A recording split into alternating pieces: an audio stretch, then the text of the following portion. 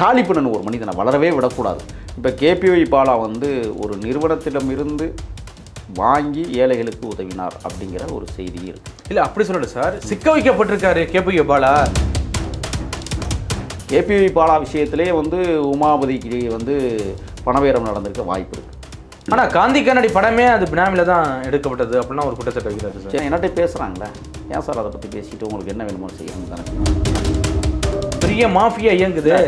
ஆனால் இது வந்து ஆபத்து கேபிஒய் பாலாக்கு தம்பி. அரசியலே கார்பரேட்டாக இருக்குது, நீங்கள் போய் பேசிகிட்டு இருக்கிறீங்க. ஆம்புலன்ஸ் பாலா கொடுத்தது வந்து சாதாரண மாருதி ஆம்புலன்ஸ். பாலா தப்பு பண்ணாங்கிறதுக்கு முன்னாடி அரசு தப்பு பண்ணியிருக்கு, அதை யார் கேள்வி கேட்பா? அதான் இன்னைக்கு ஆம்புலன்ஸ் பார்த்தீங்கன்னா அது இயங்க முடியாத ஒரு ஆம்புலன்ஸு, கிட்டத்தட்ட 30 வருஷம் ஆச்சு எக்ஸ்பைரி ஆன ஆம்புலன்ஸு. இங்கே பாருங்கள், ஆர்டிஓவில் இந்த சிவகார்த்தியனுக்கும் கேபிஒய் பாலாவுக்கும் ஒரு பெரிய போட்டி. கேட்டேன் நான் கேபிஒய் பாலா சொல்லிக்கிறேன், நான் யார்ட்டையும் 5 பைசா வாங்கணுங்கிறாரு. சரி மறுக்கிறார். ஆனால் பின்புலம் வந்து இப்போ ஈரோட்டை சேர்ந்த ஒரு இப்போ நான் என்ன கேட்குறேன்னா 5 ஆம்புலன்ஸ் வாங்கி கொடுக்குறதுக்கு கூட தகுதி இல்லையா கேபிஒய் பாலா? புதிய சிந்தனை நேயர்களுக்கு வணக்கம். இன்றைய சிறப்பு நேர்காணலில் நம்முடைய இணைந்திருக்கும் சிறப்பு விருந்தினர் அரசியல் விமர்சகர் திரு முகில் அவர்கள். சார் வணக்கம். வணக்கம். இன்னைக்கு ஒரு வாரமாகவே தம்பி கேபிஒய் பாலாவுடைய விமர்சனம் தான் பெருசாக போயிட்டுருக்கு. எல்லாமே ஃபேக்காக ரெடி பண்ணியிருக்காரு, அவர்கிட்ட எங்கேருந்து காசு வருதுன்னு இப்போ தான் தெரியுது, பின்புலம் ஒரு கார்பரேட் இருக்குது அப்படின்னு சொல்லி மூத்த பத்திரிகையாளர் உமாபதி அவர்கள் இன்னைக்கு விமர்சனம் வச்சுருக்காரு. அதற்கான ஒரு வீடியோ போட்டிருக்காங்க, கேபிஒய் பாலா போட்டிருக்காரு. இல்லைங்க அதெல்லாம் கிடையாது சொல்லி பார்த்தா இப்போ அதற்கான எப்படி நீங்கள் ஃபேக்கை ரெடி பண்ண, அதுக்கு எந்த ஆடியோ வந்து போனாங்க அப்படிங்கிறதெல்லாம் இன்றைக்கி விளக்கம் அளிச்சிருக்காரு. நீங்கள் எப்படி சார் பார்க்குறீங்க? இல்லை, உண்மை இருக்கும் பட்சத்தில் உதாசீனப்படுத்தப்பட வேண்டிய தம்பி தான் பாலா, அதில் மாற்றம் இல்லை. ஆனால் இன்னொன்று ஒளிந்திருக்கிறது.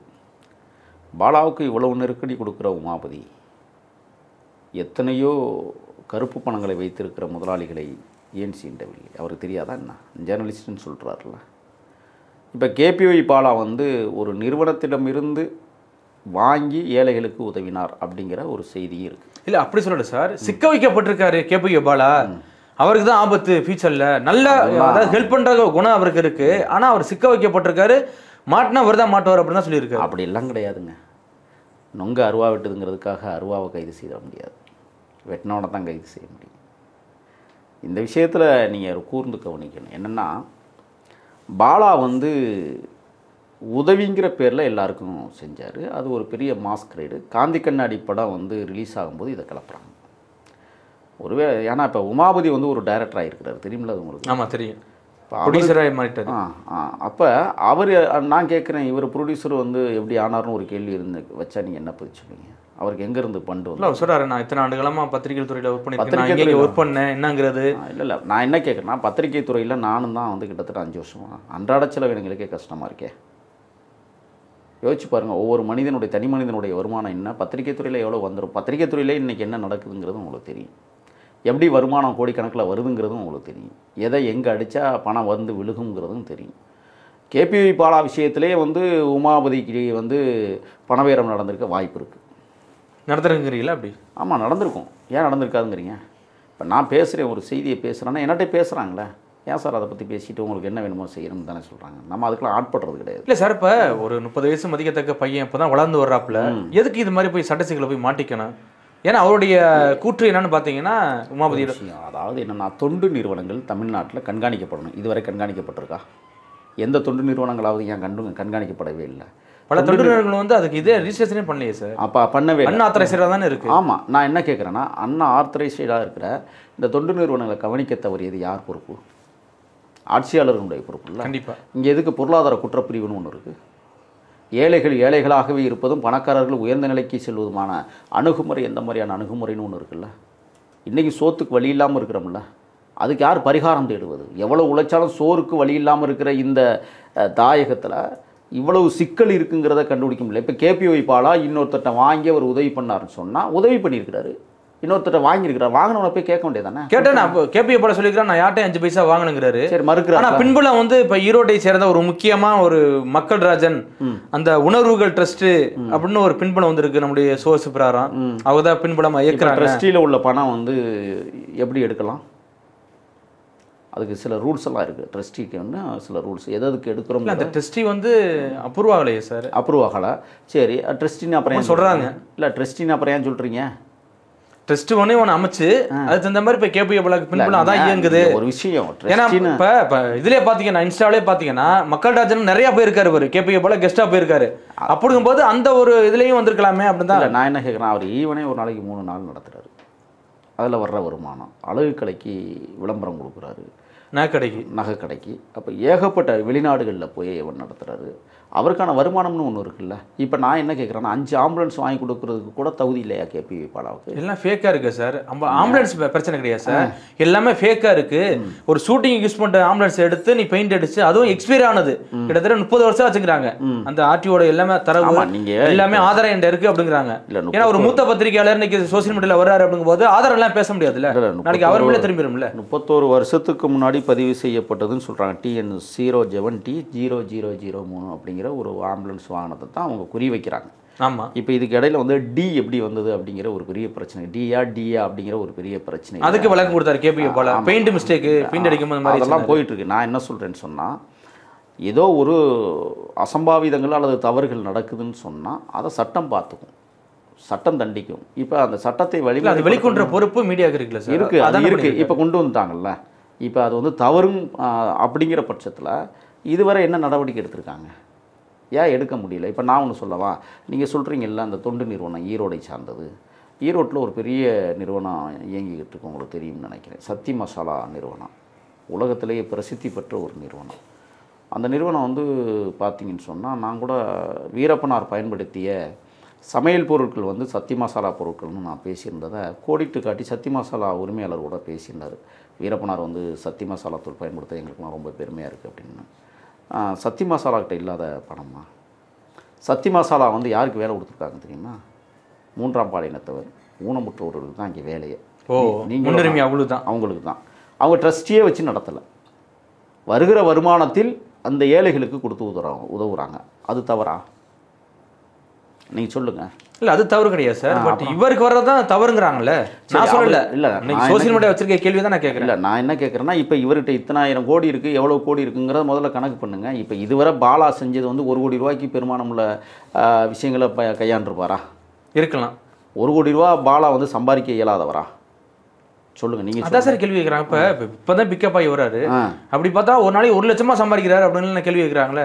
இல்லை தனியார் தொலைக்காட்சியில் வந்து ஒரு ஷோக்கு 5000 ரூபா தான். இல்லை நான் என்ன கேட்குறேன்னா, 1 கோடி ரூபா பெருமானம் உள்ள பொருட்கள் இப்போ யாராவது பாலா நான் வந்து நீ உதவி பண்ணுற, பெரிய சிறப்பாக பண்ணிகிட்டு இருக்க, நான் வந்து உதவி பண்ணணும்னு நான் நினைக்கிறேன், இந்தா நீ கொஞ்சம் நான் இப்போ எனக்கு பேர் சொல்ல வேண்டாம் அப்படின்னு சொன்னால் நீங்கள் என்ன செய்வீங்க?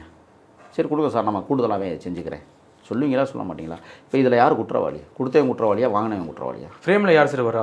இல்லை ஃப்ரேமில் வரட்டுங்க, இவர் தானே மாட்டிக்கப்படுறாரு. இப்போ அதான சொல்கிறாரு. இப்போ கேபிஏ பாலா பின்னாடி ஒரு கார்பரேட் இயங்குது, பெரிய மாஃபியா இயங்குது.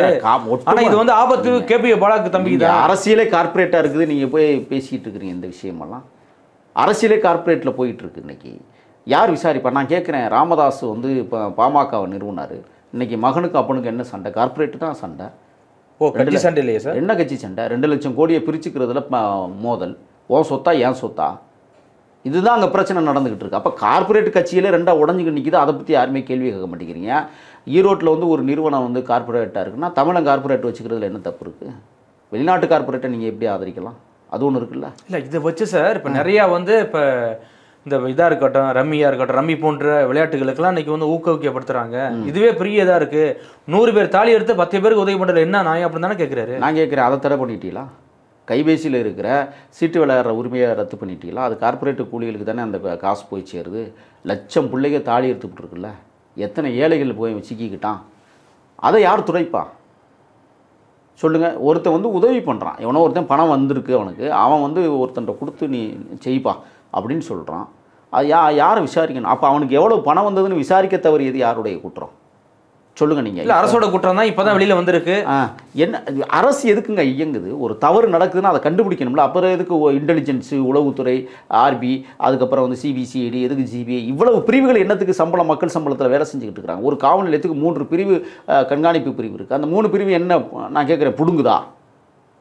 பச்சையாக கேட்கணும்னா அப்படி தான் கேட்கணும்னு நான் நினைக்கிறேன். அவன் ஒருத்தன் உதவி பண்ணுறான், இன்னொருத்தன் கொடுத்து பண்ணுறான்னா இதை இவ்வளோ பெரிய விஷயமாக நீங்கள் வந்து பூதாகரமாக்குறீங்கன்னு சொன்னால் நான் கேட்குறேன், தேர்தல் நிதி இப்போ வந்து எந்த கட்சியாவது வசூல் பண்ணுதா? பிஜேபி வசூல் பண்ணுது. எங்கேயா? தேர்தல் பத்திர நிதி வசூல் பண்ணுறான். புரியுதுங்களா? அதை ஏன் விசாரணைக்கு உட்படுத்த மாட்டேங்க? அவனுக்கு எவ்வளோ காசு வந்துச்சுன்னு ஏன் விசாரிக்க மாட்டேங்கிறீங்க? சரி, ஏற்கனவே வந்து விசாரிக்க வேண்டிய இடத்துல அவங்க இருக்காங்க. அவங்க ஏன் விசாரிக்கல? இடத்துல அவங்க இருந்தாலும் விசாரிக்கணும்ல. அரசுன்னு ஒன்று இருக்குல்ல. அரசியல் என்பது வேறு. அரசு இயந்திரம் அதை வேலை செய்யணுமா இல்லையா? இப்போ நான் இன்னொன்று கேட்குறேன். இப்போ தேர்தல் வரப்போகுது, பணத்தை கொண்டு எல்லா இடத்துலையும் மாவட்ட வாரியாக பதுக்கிட்டாங்க. யார் கண்காணிக்கிறது? இல்லை, அதான் சார் தொடர்புப்படுத்துறாங்க. இப்போ இந்த ஃபேக்கான ஆம்புலன்ஸ் எல்லாமே இதுக்கு தான் பயன்படுத்தப்படுதா? கடந்த தேர்தலே பார்த்தீங்கன்னா ஆம்புலன்ஸ் தான் பணம் கடத்தப்பட்டது அப்படிங்கிறாங்க. ஸோ அப்போ அந்த கேபிஐ போல கொடுத்த ஆம்புலன்ஸ்லாம் இது மாதிரி பணங்கள்லாம் கடத்தப்பட்டதா அப்படின்னு ஒரு கேள்வி எழுதுல. இப்போ நான் சொல்லவா, பணம் எதில் போகுதுன்னு? ஆவின் பால் வண்டியில் போகுது. ஓ, நீங்கள் தடுப்பீங்களா? சொல்லுங்கள். என்ன, நீங்கள் எனக்கு தான் சொல்லணும். ஆம்புலன்ஸில் போகுது. ஆம்புலன்ஸ் பாலா கொடுத்தது வந்து சாதாரண மாருதி ஆம்புலன்ஸ். ஐசியூ ஆம்புலன்ஸ் சொல்கிறாங்களா சார்? இல்லை 3 பேர் உட்காரக்கூடிய ஆம்புலன்ஸு கொடுத்துருக்குறாரு. புரியுங்களா? ஐசியூ ஆம்புலன்ஸுங்கிறது பெருசு. இல்லை, அவர் வீடியோவில் அதானே காட்டியிருக்காரு. இப்போ அதானே கோட் பண்ணி சொல்கிறாரு. அதாவது வந்து நல்லா நீங்கள் பாருங்கள், 3 பேர் கொண்ட ஆம்புலன்ஸ் தான் எல்லா இடத்துலையும். மலை கிராமங்களுக்கு அதை தான் கொடுக்கப்பட்டிருக்கு. இப்போ நீங்கள் பெரிய ஆம்புலன்ஸ் வந்து மலை கிராமங்களை எப்படி பயன்படுத்த முடியும்? பயன்படுத்தவே முடியாது. ஏன்னா மலை கிராமங்களில் பாதை எப்படி இருக்குன்னு உங்களுக்கு தெரியும். அப்போ இந்த விஷயத்தை பெருசாக்குற விஷயத்தை இன்றைக்கி உமாவதி போன்றவர்கள், ஏன் தமிழா பாண்டியன் ஏகப்பட்ட பேர் இப்போ கிளம்பியிருக்கிறாங்க. இவரை தம்பியை வந்து கேள்வி கேட்குறேன். கேள்வி கேட்குற இடத்துல அவங்க இருக்காங்களா சார்? இல்லை. ரெண்டாவது அது பதில் சொல்கிற இடத்துல கேபி பாலா இருக்காரு. நானும் தான் கேள்வி கேட்கலாம் பாலாவை. நான் ஏன் கேள்வி கேட்கல? ஒரு வளரும் தம்பி வளரட்டுமேன்னு சொல்லுங்கள். என்னப்பா அதில் வளரட்டு சார், அது அவருக்கே ஆபத்தா முடிய போதா அப்படிங்கிறதானே கேள்வி. ஏங்க ரயிலே ஒரு தினக்கூலிங்கிறாரு. ஆனால் தினக்கூலிங்கிறவர் எப்படி சார் 3 நாளில் அந்த ஆர்டிஓ விசாரணையில் போயிட்டு டக்குன்னு நம்பர் பிளேட் மாத்திரதா இருக்கட்டும் எல்லாமே எப்படி மாற்ற முடியும்? ஃபேக்காக அப்படி மாற்ற முடியும்னு கேட்குறேன். மாத்திரம் சோர்ஸ் இருக்காங்க. சரி, இப்போ மாவட்ட வாரியாக பத்திரப்பதிவுக்கே ஃபேக்கு பத்திரப்பதிவாளர்கள்லாம் இருக்காங்க. அதை கண்காணிக்க தவறியது யார் சொல்லுங்க? அரசு தானே. அப்போ அரசு தோல்வி அடைஞ்சிருக்குங்கிறத ஒத்துக்குங்க. பாலா தப்பு பண்ணாங்கிறதுக்கு முன்னாடி அரசு தப்பு பண்ணியிருக்கு. அதை யார் கேள்வி கேட்பா? பாலா தப்பு பண்ணுறதுக்கு முன்னாடி ஒருத்தன் பொருளாதார ரீதியாக உயர்ந்துக்கிட்டே இருந்திருக்கிறான். அவனுடைய வருமானம் எங்கேருந்து வருதுன்னு கண்காணிக்க தவறியது யார்? யாருடைய குற்றம் அது? அப்போ நீங்கள் கேபிஒய் பாலாவை இன்னைக்கு வந்து நீங்கள் விமர்சனம் பண்ணுறீங்க. இவரை வந்து பெரிதாக அவன் வாங்கி கொடுத்தா தம்பி கொடுத்துருப்பாப்புல. இவர் வந்து ஃபேவரட் ஃபேஸு, அவருக்குன்னு ஒரு முகம் இருக்குது. இது ஏன் ஃபேக்காக ரெடி பண்ணுன்னு கேட்குறேன். இது வந்து தெரிஞ்சு பண்ணாரா இல்லை தெரியாமல் பண்ணாரா? பாலா செங்கற்பட்டில் ஒரு தம்பிக்கு 2 சக்கர வாகனம் தம்பி பாலா பரிசாக கொடுத்துருக்குறாரு. அவர் சொன்னார், நான் நடக்க முடியாமல் ஊனமாக கிடந்தேன், எனக்கு ஒரு வண்டி கொடுத்தது நான் என் வாழ்க்கையை மாற்றிருக்குன்னு சொல்கிறார். அவர் வந்து பாலா வந்து எங்கேருந்து வண்டி வாங்கினார், அவருடைய பணம் எங்கேருந்து வந்ததுன்னு கண்டுபிடிச்சி சொல்லிக்கிட்டு இருக்க முடியுமா? அது பாலாவுக்கு தான் வெளிச்சம். இப்போ பாலா வந்து என்ன செய்கிறார், நான் உதவி பண்ண போகிறேன்னு ஒருத்தர் நிதி கேட்டேன், அவர் கொடுத்தாரு, நான் வாங்கி கொடுத்தேன்னு சொன்னால் என்ன பிரச்சனை இருக்குது? அதான் இன்னைக்கு ஆம்புலன்ஸ் பார்த்தீங்கன்னா அது இயங்க முடியாத ஒரு ஆம்புலன்ஸு. கிட்டத்தட்ட 30 வருஷம் ஆச்சு எக்ஸ்பைரி ஆன ஆம்புலன்ஸு. இங்கே பாருங்கள், ஆர்டிஓவில் எக்ஸ்பீரியன்ஸ் ஆம்புலன்ஸை ஏங்க பறிமுதல் பண்ணுறான்? அப்போ ஆர்டிஓ வேலை செய்யலன்னு தானே அர்த்தம். அதுலேயும் ஒரு ஆம்புலன்ஸ் இப்போ நிற்குதான் ஆர்டிஓவில். இது பிரச்சனை கேட்குறேன். இங்கே அது நீங்கள் சொல்கிறீங்க, பெருந்துறை ஆர்டிஓ ஆஃபீஸில் வந்து டிஎன் வந்து 37 87 52 வண்டியை பிடிச்சி பறிமுதல் பண்ணி வச்சுருக்கிறோன்னு சொல்கிறாங்க. அது எதனாலன்னு தெரியுமா? டயர் வெடித்து இழுத்துட்டு போய் மோதிருச்சு. தெரியுமா தெரியாதா அது உங்களுக்கு? அதான் சார், இப்போ எக்ஸ்பைரி ஆன வண்டினா அப்படி தானே இருக்கும். டயர் வெடிச்சு போவோம். நல்ல வண்டி டயர் இழுத்துட்டு போகாதா வெடிச்சு? அப்போ எஃப்சியில் பிரச்சனையா? அதான் எஃப்சிலையும் ஃபேக்குங்கிறாங்க. எல்லாத்துலேயுமே ஃபேக் இருக்குது. நான் இப்போ அதை தான் சொல்ல வந்தேன். ஆர்டிஓவில் எஃப்சிலே ஃபேக் இருக்கே. பணம் கொடுத்தா அவன் எல்லா வேலையும் பண்ணி விட்றானே. பணம் தாங்க இன்றைக்கி உயிர் நாடி. எந்த அரசு அதிகார மையத்தில் பணம் வாங்காமல் வேலை நடக்குது? ஒரு சின்ன எடுத்துக்காட்டு நான் உங்களுக்கு சொல்லணும்னு நினைக்கிறேன். 2 சக்கர வாகனத்தில் அந்த பதிவு எண் வந்து அடுக்கான, அதாவது அது என்ன நல்ல வெளிச்சமாக தெரிகிற பதிவு எண்கள், அது 999. சில பேர் ராசி பார்க்குறாங்கள 9க்கு வர்றது மாதிரி 8 வரும். அதுக்கெல்லாம் எவ்வளோ அமௌண்ட் கட்டுறாங்க தெரியுமா? ஃபேன்சி நம்பருக்கெல்லாம். அப்போ அதை தீர்மானிக்கிறது யார்? இந்த ஃபேன்சி நம்பரை தீர்மானிக்கிறது யார்? அவருக்கு மட்டும் அது எப்படி போகுது? பணம் கூடுதலாக கொடுத்தா எப்படி அரசு கொடுக்குது?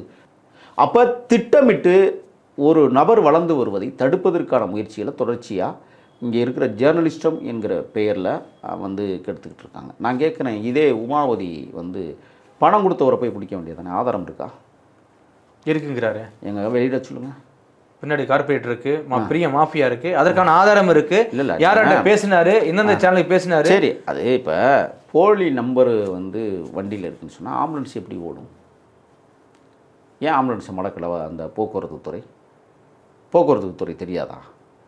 அது ஒன்று. அடுத்து இப்போ இவர் உதவி பண்ணுறாரு, தேர்தலுக்கு வருவார், தேர்தலில் நிற்பாருங்கிறதுக்காக உதவி பண்ணாரா? நல்லது செஞ்சால் தமிழ்நாட்டில் ஓட்டு போட இல்லை மாட்டாங்க. அதான் சார் இப்போ எல்லாத்துக்கும் ஒரு ப்ரொமோஷன் மாதிரி பயன்படுத்துகிறாங்க. இப்போ கேபிஐபியில் போகும்போது பார்த்தீங்கன்னா 2-3 கேமராவோட தான் போகிறாரு அப்படி தானே சொல்கிறாங்க. ஆமாம், அவர் உதவி செய்கிறத இப்போ வெளியிடணும்னு நினைக்கிறாரு. நான் தான் முதவே சொல்லிட்டேனே, ஒரு ஃபோன் அடித்து சார் இந்த உங்களுக்கு வந்து பணம் படிப்புக்கு வேணும் சார் ஒருத்தர் போடுறாரு சோசியல் மீடியாவில் தெரியுமா? பிளாஸ்டிக் பொருள் விற்கிற பெண்ணு படித்த பொண்ணுக்கிட்ட 379 மார்க் வாங்கின பெண்ணுக்கு பணம் கட்ட வசதி இல்லை படிப்பதற்குன்னு சொல்லி அவரும் ஒரு ஆளுக்கிட்ட பேசுகிறாரு. அவங்க வந்து 25,000 50,000 போட்டு விட்றாங்க, அதை கொண்டே கொடுக்குறாரு. அது குத்தமா? அவருக்கு எப்படி 25,000 வந்துச்சு 50,000 வந்துச்சுன்னு கேட்க வேண்டியது தானே? சொல்லுங்க அப்போ. அப்போ கேபிவி பாலா வந்து தேர்தலுக்காக நிற்க போகிறாரு, அதுக்கு தான் இவ்வளோ பெரிய உதவியெல்லாம் செய்கிறாரு அப்படின்னு சொன்னால் எடுத்துக்க முடியுமா? அது வாய்ப்பு இல்லை.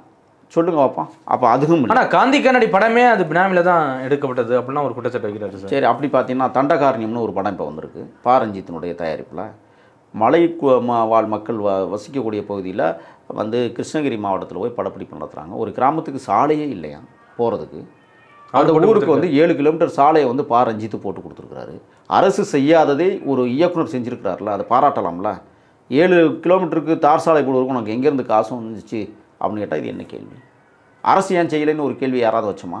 ரஞ்சித்துக்கு வந்து உனக்கு எவ்வளவு கோடி வந்துச்சு, 7 கிலோமீட்டருக்கு நீ எத்தனை கோடி செலவழிச்சா? பார்க்குறோம்ல, 110 கோடி ரூபா நீங்கள் செலவழித்து 2021 அடிக்கல் நாட்டி 2023 அந்த மருத்துவமனையை வந்து வேலையை ஆரம்பித்து 2024 திறந்து 2025 திருப்பத்தூர் மாவட்ட ஆட்சியர் அலுவலகம் புலந்துக்கிட்டு நிற்கிது. அதுக்கு பேர் என்ன? 110 கோடி எங்கன்னு நம்ம கணக்கு கேட்டால் சொல்லுவீங்களா? அப்போ இது என்ன குறைன்னு நீங்கள் கண்டுபிடிச்சின்னு தான் நான் கேட்குறேன். உதவி பண்ணுவது குற்றமா? இல்லை அது தப்பாக இருக்குன்னு சொல்கிறாங்க சார். இப்போ அவர் உதவி பண்ணுறதை பற்றி பேசலை, ஏன்னா அவர் நல்ல மனசு இருக்காரு, நல்லா உதவி பண்ணுறாரு, அதெல்லாம் ஓகே. ஆனால் அவர் திட்டமிட்டு சிக்க வைக்கப்படுறாரு தானே கேட்குறாரு. நல்லா தெரிஞ்சுக்கணும். இப்போ லாரன்ஸ்னு ஒரு நடிகர் எவ்வளோ உதவி பண்ணியிருப்பார் சொல்லுங்கள்? நிறையா பண்ணியிருக்காரு. இப்போ அவரை கேள்வி கேட்பாங்களா அவங்கெல்லாம்? சூர்யா வந்து பெரிய ட்ரஸ்டி வச்சுக்கிட்டு எத்தனையோ டாக்டர்ஸ் உருவாக்கிக்கிட்டு இருக்கிறாரு, கேள்வி கேட்பாங்களா? இப்போ நான் ஒன்று சொல்கிறேன். கருப்பர் நகரத்தின் தங்க தலைவன் அண்ணன் ஆம்ஸ்ட்ராங் உங்களுக்கு தெரியும்னு நினைக்கிறேன். அவர் செய்யாத உதவியா?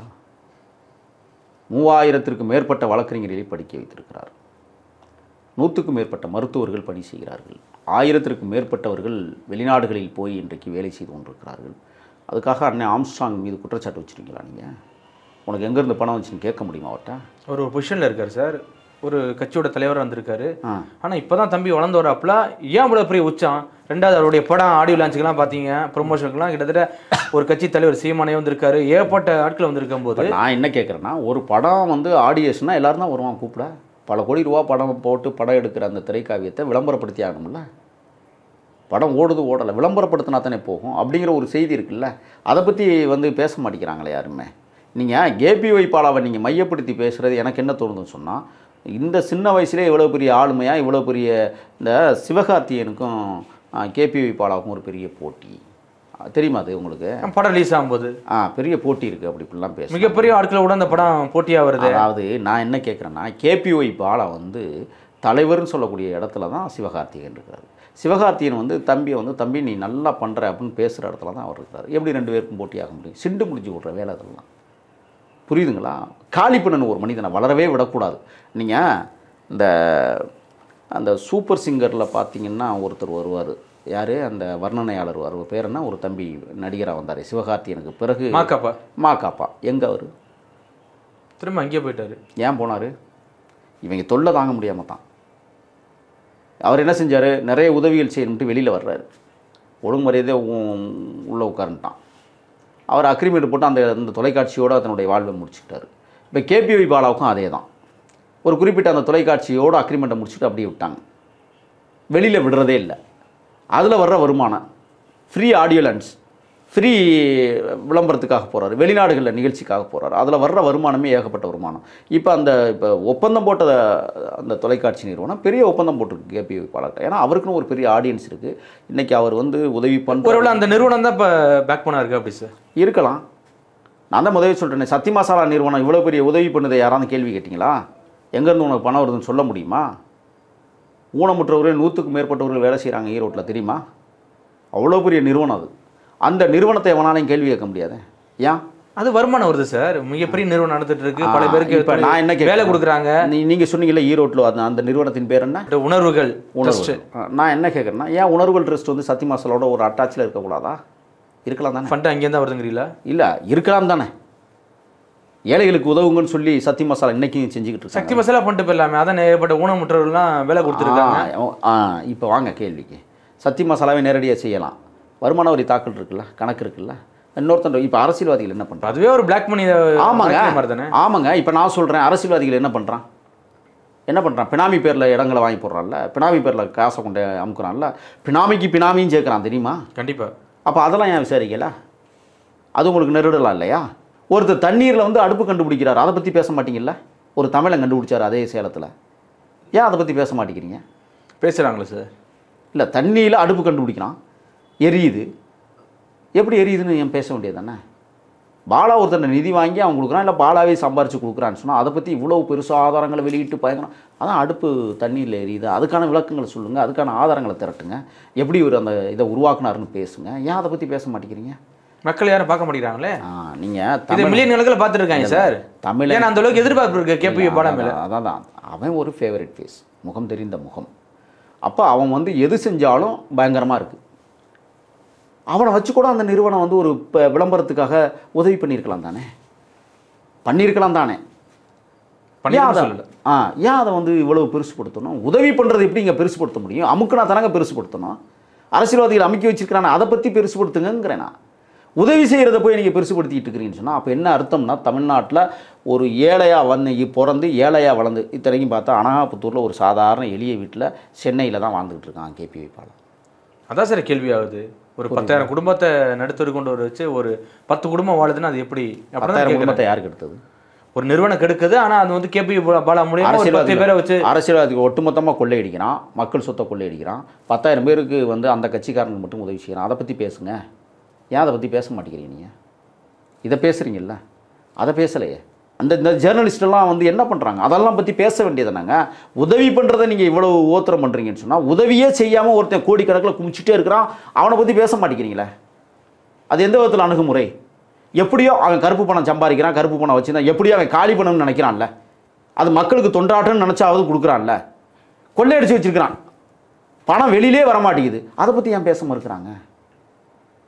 சொல்லுங்கள். இப்போ இது குற்றம் என்றால் அது குற்றம் இல்லையா? இப்போ இது குற்றம்னா அப்போ அது சாராயம் காய்ச்சினவன் குற்றம் இல்லையா? ஏன் அதை பற்றி மட்டுமே பேச மாட்டேங்கிறீங்க?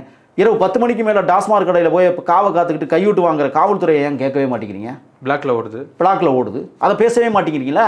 வீதிக்கு வீதி கஞ்சா விற்கிறான், அதை பற்றி பேசுங்க. ஒரு ஜேர்னலிஸ்ட்டு ஒருத்தன்ட்ட வாங்கி ஒருத்தன் உதவி பண்ணுறான்னா அதை இவ்வளவு புதாகரமாக்குற நீங்கள், ஒரு போலீஸ் கட்டி வாங்குறான், அதை பற்றி கண்டுக்கவே மாட்டேங்கிறீங்க. ஒரு தெருவில் நின்று கஞ்சா விற்கிறான், போலீஸ் பார்த்துட்டு இருக்கான், அதை பற்றி பேச மாட்டேங்கிறீங்க. தொப்பி அணியாத காவல்துறை ஹெல்மெட்டு போடாதவனை கைது பண்ணுது, அதை பற்றி பேசுங்க. தார் சாலையை பேத்து எடுக்கிற மக்கள், அப்பாவி மக்கள் எத்தனை பேர் பேத்து எடுத்து காட்டியிருக்காங்க, இதாங்க இந்த ஆட்சியினுடைய லட்சணம், அதை பற்றி பேசுங்க. எல்லா ஆறுகளையும் இணைக்கிறேன்னு அறிக்கையில் கொடுக்குறீங்களா, எந்த ஆறை இணைச்சிங்க, அதை பற்றி பேசுங்க. ஒருத்தன் பணம் வச்சிருக்கிறான், அவன் எப்படியாவது இந்த பணம் காலியாகணும், ஏழைகளுக்கு கொடுத்தாவது காலி பண்ணணும்னு காலி பண்ணுறது நீங்கள் எவ்வளோ பெருசுப்படுத்துறீங்கன்னு சொன்னால், அமைக்கி வச்சிருக்கிற அரசியல்வாதிகளை பற்றியும் இந்த ஜேர்னலிஸ்ட்டுகள் பேச வேண்டும் என்பதான் என்னுடைய தாழ்மையான கருத்து. கண்டிப்பாக சார், தொடர்ச்சியாக பேசுவோம். மிக்க நன்றி சார். நன்றி.